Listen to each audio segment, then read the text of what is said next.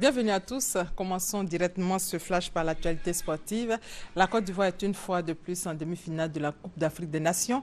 Pour la 4e fois en 6 éditions, elle atteint le dernier carré aujourd'hui à Bata en Guinée équatoriale. Face à elle, la RDC va tenter de créer la surprise après sa victoire face au Congo en quart de finale. Et toujours dans le cadre de la CAN, l'arbitre du quart de finale entre la Guinée équatoriale et la Tunisie, qui avait sifflé un pénalty inexistant en faveur du pays hôte, a été suspendu 6 mois par la Fédération africaine de football.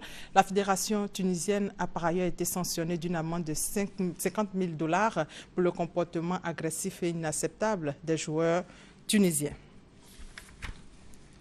En bref, en Côte d'Ivoire, ce mercredi, il y aura un conseil des ministres, conseil présidé par le chef de l'État, au centre de la réunion, la bonne marche de la nation.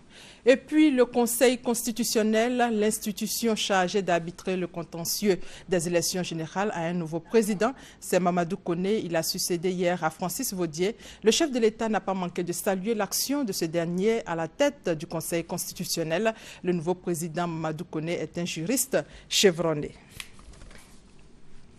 La forêt du Banco interdit à toute cérémonie, 1500 policiers et gendarmes déployés, 5 minutes de sensibilisation dans les écoles, des comités de vigilance installés dans chaque établissement. En tout cas, de grandes décisions ont été prises par le gouvernement pour lutter contre le phénomène d'enlèvement d'enfants. On fait le point avec Anzelika Eura. Enlèvement et assassinat d'enfants, le gouvernement met le holà et le président de la République Alassane Ouattara a donné le ton. Le chef de l'État qui a condamné samedi dernier avec fermeté ces crimes odieux de nature à saper les efforts du gouvernement pour restaurer l'image de la Côte d'Ivoire. Je voudrais rassurer tous nos concitoyens et toutes les populations vivant en Côte d'Ivoire que le gouvernement a pris toutes les mesures nécessaires.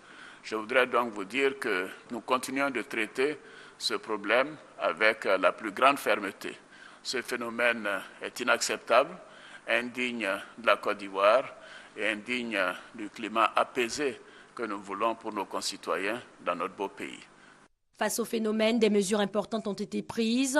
Plusieurs numéros verts mis à la disposition de la population pour dénoncer tout cas suspect. La mise en place d'une équipe de coordination renforcée, notamment par des experts de l'ONUCI et des sociologues pour démasquer les commanditaires. Le déploiement de 1500 hommes, dont 300 gendarmes et 200 militaires autour des zones sensibles, avec des moyens conséquents pour accomplir leur mission. Des mesures qui rassurent les populations. Ces dernières veulent cependant que les effectifs du dispositif sécuritaire soit encore revu à la hausse. Nous avons notre président qui est en train d'émerger. Si on entend des trucs comme ça, vraiment, c'est pas bon. Avec la présence de la sécurité, je crois que c'est une bonne chose. S'il y en a un peu plus, je crois que ça nous ferait plaisir. Elle est la bienvenue, cette mesure. Qu'on nous donne encore plus de policiers que de choses. Si chaque école pouvait avoir au moins 10 policiers devant, ça nous rassurait plus. Des forces de l'ordre positionnées ou en patrouille autour des plans d'eau, des forêts, des cybercafés et des établissements scolaires. Sur le terrain, la mesure prend forme. Les forces de l'ordre marquent une présence discrète mais rassurante. Au niveau de notre lycée, nous avons un voisinage heureux avec la présence aussi de l'escadron de gendarmerie. Il faut dire qu'à notre niveau, il n'y a pas de problème. On a eu plusieurs fois l'intervention des corps habillés au niveau de l'école. Donc on est en sécurité. Au nombre des actions menées pour enrayer cette vague d'enlèvement et de meurtre d'enfants, la fermeture par la gendarmerie nationale de près de 550 cybercafés non autorisés. Quant aux autres, ils devront fermer leurs portes à partir de 21 h. Puis que la mesure a été prise, j'ouvre à 7h30, je fais ma 21e. Il a été dit. Une fois qu'il est 18 h, j'informe les clients. Là, comme ça, chacun prend ses dispositions. Une chose est certaine, la guerre est ouverte contre les enleveurs d'enfants et leurs commanditaires. La traque contre les suspects porte déjà ses fruits. Près de 1000 personnes ont été interpellées. Un signal fort est ainsi donné par le gouvernement qui est décidé à en finir avec ces crimes révoltants qui ternissent l'image de la Côte d'Ivoire. En bref, une tragédie s'est produite lundi sur le fleuve Sassandra, précisément à Guessabo. Une pirogue artisanale a chaviré, causant la mort de 18 personnes, dont 6 enfants. La pirogue avait à son bord 43 personnes, dont 18 morts et 15 rescapés.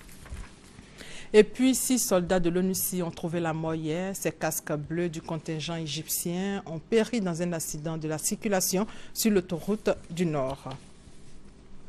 Hors de nos frontières, de violents combats opposaient mercredi matin soldats camerounais et islamistes nigériens dans la ville de Fotokol, à la frontière camerouno-nigériane, d'où l'armée tchadienne a lancé la veille son offensive terrestre au Nigeria contre Boko Haram.